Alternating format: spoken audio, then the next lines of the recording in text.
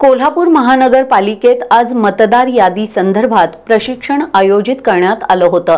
प्रभाग रचनेनुसार प्रारूप मतदार यादीचं काम 28 ऑक्टोबर पर्यंत पूर्ण होणार असून अंतिम मतदार यादी 6 नोव्हेंबर 2025 रोजी प्रसिद्ध केली जाणार आहे। दरम्यान नागरिकांनी प्रारूप मतदार यादी प्रसिद्ध झाल्यानंतर त्यावर आपल्या हरकती दाखल कराव्यात असं आवाहन अतिरिक्त आयुक्त रविकांत आडसूळ यांनी केलंय।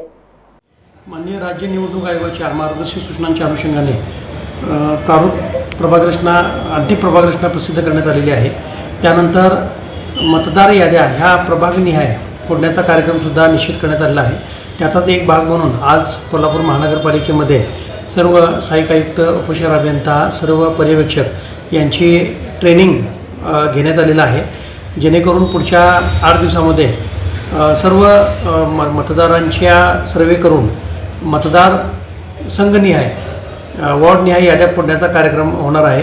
त्यामुळे नागरिकांना आव्हान आहे की पुढील काही दिवसांमध्ये BLO आणि पर्यवेक्षकांच्या मार्फत सर्वेक्षण करण्यासाठी महानगरपालिकेचे कर्मचारी, इतर कर्मचारी BLO म्हणून येतील आणि प्रत्येक नागरिकांचे मतदार हे कोणत्या वॉर्डमध्ये आहे हे निश्चित होणार असल्यामुळं नागरिकांनी सतर्क राहून याबाबतची योग्य ती माहिती द्यावी। ही प्रारूप मतदार यादी प्रसिद्ध केल्यानंतर हरकती आणि सूचना घेण्यासाठी सुद्धा कालावधी मिळणार आहे।